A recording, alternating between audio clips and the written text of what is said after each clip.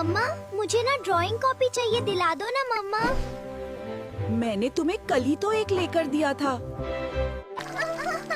क्या हो गया भैया, तू क्यों रो रहा है?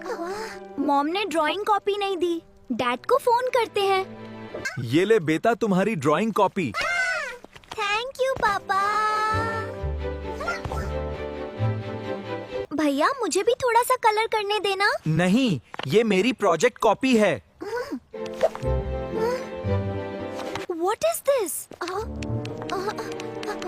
मैम, मैम, ये मैंने नहीं किया है। मुझे माफ कर दे चीकू। Can I have my own drawing copy? I'll buy you the whole shop.